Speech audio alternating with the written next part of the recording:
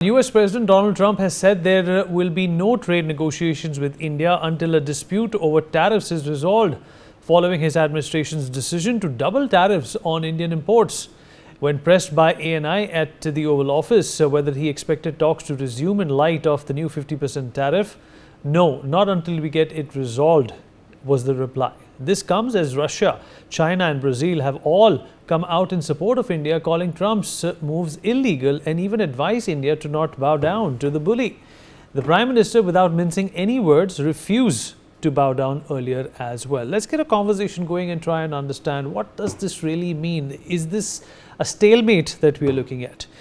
Well, Dr. Sharat Kohli, senior economist with us on the program. Professor Madhav Nalapat, editorial director of the Sunday Guardian, also with us on the show. Mr. Gautam Mukherjee, senior journalist, joins us on the program. Mr. Raymond Vickery, former US Assistant Secretary of Commerce, is joining us all the way from Washington, D.C. Mr. Andrew Latham, Professor of International Relations, is also joining us from Washington, D.C. at this point in time. Professor Nalapat, sir, I will begin with you. Well, a lot has been said about how trade is going to be impacted. It is also being said that India is likely to, in fact, forego or lose 1.5% of its GDP if this kind of an ecosystem is promulgated by Donald Trump. Where do you stand on this, and what is going to become of Donald Trump's antics and tactics when it comes to arm twisting India into getting his way? Well, frankly, I can't understand it. Something seems to have triggered a lot of negativity in President Trump about India, and he's trying to punish the entire country. I don't know what the reason is, but quite frankly, what he's conducting now is nothing short of an economic war on India. It's not just a tariff war, it's an economic war. And why he would do that to the world's largest democracy in terms of population, why he would do that to a partner country in the Quad, why he would do that to a country that's in the front line against China. And in fact, Indian soldiers have paid with their lives in confronting Chinese soldiers who also have suffered similar casualties. I cannot understand why he's doing all this. And of course, let us only hope for the best. In the case of some country like Japan, he has made some threats and he has pulled back. But this entire series of threats is not working to the benefit of the United States. It's creating a feeling the United States is not just unreliable, it's downright dangerous. And if I may say so, I think it's high time President Trump smell the coffee and understand that, this kind of behavior is not suitable for a man with the awesome responsibility and power that he has been given by the US electorate. So I want to say, Vineet, that frankly, it's incomprehensible to me. President Trump was a very determined person. He had very clear views. Now he seems to be going all over the place. And I just can't make it out, Vineet, frankly. I just hope that he will spring back to what he was. And the sooner the better, because frankly, he has declared an economic war in India. Not in so many words, but in effect. And what the trigger for that was, I repeat, I don't know. But quite frankly, such behavior was not expected. And frankly, the people of India find it unacceptable, with the result that he's becoming less and less popular, more and more unpopular in India. And I don't know what's in the United States, but certainly in India, he's lost a lot of his popularity. So I just want to say, Vineet, I hope he comes back to the original Donald Trump, the real Donald Trump, as it were. And the sooner that happens, the better for the whole world, Vineet. All right. Let me also rope in Mr. Vickery into this conversation. Mr. Vickery, sir, are you there with us? Mr. Vickery, the Chinese also, buy oil and gas from Russia, not to mention a whole host of other items as well. They have been given a 90-day negotiating window, whereas India is getting the short end of this stick. What's actually going on over here? Just like Professor Nalapat, the gentleman who spoke before you, most of the people in India, even economists like Dr. Sharat Kohli, cannot wrap their head around this demeanor this attitude and this disposition that Donald Trump has been showcasing towards India? What do you think that could be, sir? Well, thanks very much for having me. I think that it is absolutely necessary that the United States and India, as the two greatest democracies in the world, work together on any of a wide range of international problems, whether it be China, climate change, health. All of these issues require India and the U.S. to work together. I must say that at the outset, one should not confuse the behavior of President Donald Trump with America. I don't think that anybody voted for the kinds of unreasonable and outrageous tariff approach that he has exhibited thus far. And you can see that his polls are dropping. We have an election here in Virginia for governor. It seems to me that his candidate is losing, and we have midterms coming up. So hopefully there's going to be some restriction on this. But what has to be understood is that President Trump, from the very first, has been a transactional real estate mogul approach to international affairs. There were many of us who tried to tell the international community and tried to tell in the United States that this was the kind of ego aggrandizement that produces absolutely irrational approaches because he's not in it for a relationship. He thinks he can get a transaction done and he will come out on top. And then he will move on to the next step and the next issue. This is no way to run an international system. He has already basically destroyed the World Trade Organization, the General Agreement on Tariffs and Trade, so many institutions which have kept the peace and brought prosperity since World War II. And at this time, I would only ask that those of goodwill and rationality, such as Professor Nalapat and others, reach out and help the United States. I think eventually we will be able to right the ship here. But the damage which is being done, which many of us have worked on for 30, 35 years,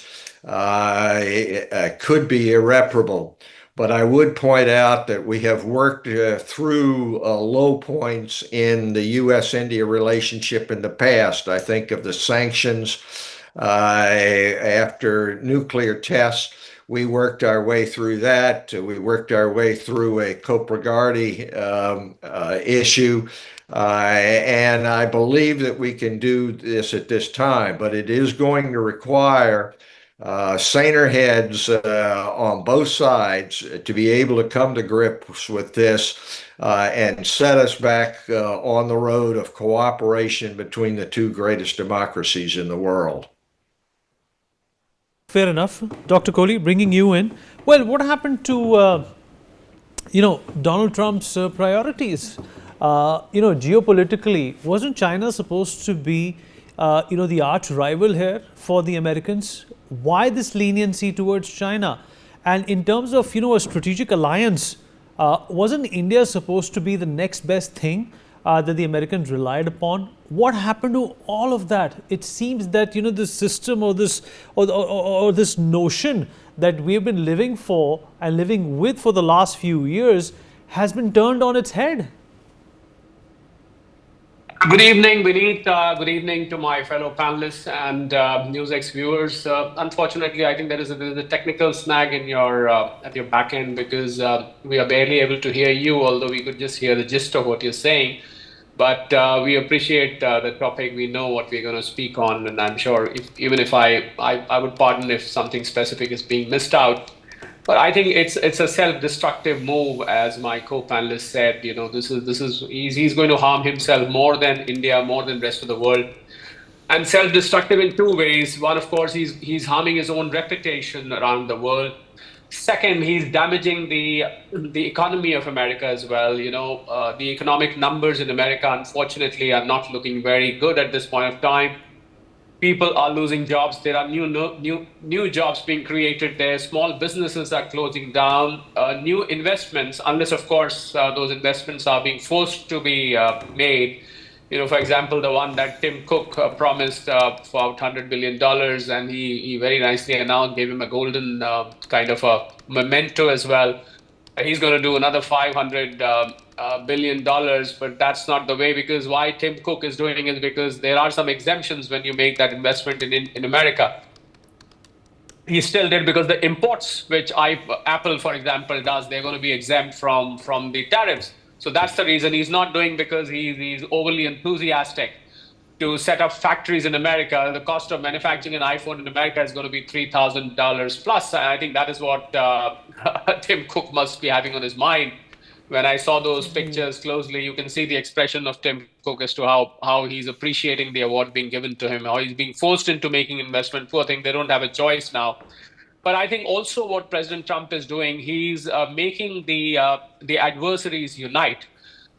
We have the Indian Prime Minister traveling for the SEO summit after 7 years. Maybe that wouldn't have happened if the things were in a different shape. He's traveling. India, Russia, China coming together is not very good news for America, for that matter, both from a geopolitical perspective and from a trade or economic perspective. So he's knowingly or unknowingly bringing the people together who would probably not have gotten together otherwise in a normal situation. As far as India is concerned, I think we already, the government of India, people of India, the exporters, they're already considering, we've been talking of China plus one policy. Now I think it's time to speak about America plus one policy. By the way, I just saw on your screen that the news that India is pausing the buying of arms from America is fake. I think the that Ministry is of fake. In Defense fact, has that is the clarified news that I that's- also wanted to address, that Reuters claim that India is pausing these purchases. Yeah. It is not true. These reports are absolutely fake at this point in time. Of course, a lot is being said and done, Dr. Kohli, about this friction between America and the and us. Go on, Dr. Kohli. Yeah, you see how the world media also takes advantage of such situation. Some agency or somebody might take advantage of this situation and start making announcements which do not have any substance for that matter. Well, India still doesn't want to, sour its relations with America. America should keep that in mind. We are natural allies. One is the oldest democracy. One is the biggest democracy. I'm flabbergasted by President Trump's attitude and what he's been doing around the world. 60 countries being issued letters.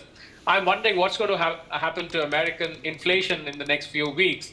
It's going to go bonkers, as they say, in slang, that inflation is going to go through the roof, because all these goods landing in America, where either America starts manufacturing them overnight, which is not going to happen, else these goods are going to land up in America very, very expensive. What is the American people going to do? I rather like to know from Andrew and my other American respected panelists as to what are Americans going to do when you go and buy these goods out of the shelf, all kinds of goods, whether it's pharmaceuticals, of course, some of them may be exempt, but leather, footwear, textiles, chemicals, there's so many things, there's a long list of goods which are being imported from across the world. Of course, India itself has a very long list.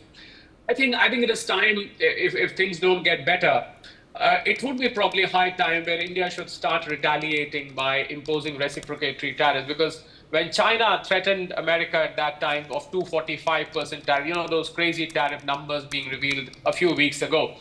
Well, China straight away said, we are going to levy reciprocatory tariffs for that matter. So I think it's high time that India might be considering that if things don't get better, we will probably have to get into action, although that will be the last resort, I feel. India would try its level best to see that things get resolved. And my concern, Vineet, is the 25th August talks, which was scheduled to be held between the two countries. those talks being called off. From the press conference that I heard President Trump speaking in, he said he doesn't want to talk about trade deal or the bilateral talks until the issue is resolved. So what issue can be resolved here? We cannot allow Okay. agriculture. We cannot allow dairy to have a free run here anyway. So I don't know what issues he wants to. We cannot stop buying oil from Russia because President Trump says. So I don't think there is any resolution to the issue which he's expecting. So it's very, very concerning. I hope some sense prevails on the POTUS sooner than later, Vineet. All right, fair enough. Let me, in fact, also open Mr. Andrew Latham into this conversation. Mr. Latham, Donald Trump perhaps is acting out of the premise that, if India doesn't do this, this is going to happen. But the fact of the matter is that India has deep alliances with a number of other countries as well. And if this is the kind of attitude that is going to come from the Americans, India will have no choice but to feel cornered, and it will necessitate some sort of a solution from within. India will have to introspect, and India will come out clean and perhaps more self-dependent, which the Americans may not like again. What do you think is the solution to this friction, this stalemate that Donald Trump has created? For world economies and for India, which is the fastest growing economy in the world? Well, in the short to medium term, there is no solution. If we back up a little bit, Donald Trump is an artifact or an avatar of this particular moment in world history. The post-World War II Bretton Woods system with GATT and the WTO and whatnot, the rules-based international order, which until 5 minutes ago was called the liberal international order, is fracturing, fragmenting, and falling apart. This is one of those moments, those inflection points in world history. We saw one after World War II. We saw one after the Napoleonic Wars. I mean, these things happen, and new governance arrangements, new institutions, new norms, new rules, new practices get put in place. And that's where we are now. This is a moment of incredible turbulence. And I don't agree with President Trump, but what his vision is clear to me. He sees the world economy organized around a hub and spoke system, with the United States being the hub and all these bilateral relationships, not working through multilateral institutions anymore, not being governed by those norms, but trying to create something new. He doesn't have a sufficiently capacious imagination, as did the founders of the Bretton Woods system after World War II, to put in place something which is going to promote peace and harmony and prosperity. He doesn't have that vision. He's frustrated with India because his plan is not working. It worked with Japan, it worked with the European Union, it worked with Indonesia, it's working with Canada and Mexico. It's not working with Brazil, and it's not working with India, and he's frustrated. And he's throwing a temper tantrum. I don't know how else to characterize it. He's not going to get his way. I think he's finally realized that the internal impediments to a deal in India are sufficiently strong that he's not going to get India to reform its agricultural sector. It's just not going to happen for domestic political reasons. And India has a fallback because India has a long history of multi-alignment. It's happy to do business with Russia, on and off, happy to do business with China, and happy to do business with the United States. It doesn't feel like it's one of the spokes in President Trump's hub and spoke model of how the world economy and geopolitics ought to be organized. And that's just infuriating him. Again, he doesn't have the imagination to see beyond that and to envision a global order which is in tune with the realities of today, doesn't get all nostalgic about Bretton Woods and about the GATT and WTO, but looks to the future. He's not capable of that because, as one of your panelists and one of my colleagues pointed out, he is at heart a real estate mogul, and he's very transactional. And this transaction is going south, pear-shaped if you prefer, and he's throwing a tantrum in response. What's needed is enlightened, big-picture leadership in the United States and elsewhere, big countries, prominent countries, growing countries like India. And unfortunately, we're not seeing that. We're seeing global leaders hunkering down, not visioning up. All right, fair enough. Gautam, options for India at this point in time. And do you think with Donald Trump's ratings also suffering a blow in the last few days, this could just be a means and method of, distracting the people? I think he's gone to great lengths if that's his objective, and it has harmed American interests almost as much as all the people he's sanctioning. In terms of India, we are certainly not going to buckle under these kind of pressures. There will be more. There's some on semiconductors, possibly some on pharmaceuticals, on chips. All this is forthcoming. However, the longer he carries on, the more the outlines of an opposing world order is emerging. One is BRICS, which was more or less a loose arrangement with an overweening Chinese influence, is now coming together for various reasons, with Brazil and India and others recommitting themselves to BRICS. Then the global south is gaining ground in Indian strategic thinking. The troika of India, Russia, and China is emerging. The longer Trump follows these very difficult to understand policies in self-defense, if nothing else, there is going to be new alignments which will push back. If his objective was to use more and more, sort of push back against the use of the dollar as a global currency, well, he's doing exactly the opposite thing. What was not really on India's agenda in terms of using yuan and rupee is now very much part of the thing. We can do trade with a lot of countries without America, without the European Union, and without NATO, and they're going to have to come to terms with that. This is a change of the world order being forced by Trump into an acceleration that perhaps the rest of the world did not want, and certainly India did not want it. But if it is thrust upon us, we're not going to lie down and fade away. We are going to.